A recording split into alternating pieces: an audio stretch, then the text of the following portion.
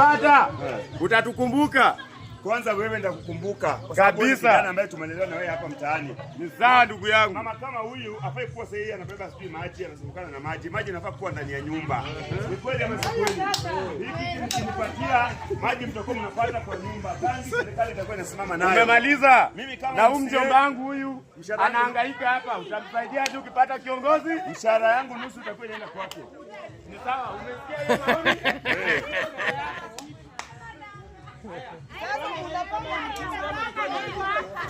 Wamama oye! Nasema walipie maji. Wamama oye! Vijana oye! Wazee oye! Natosha ama sitoshi? Unatosha. Nami kama kiongozi silisimama na nyinyi kidogo. Ukinipata maji nitakuwa nimekosea.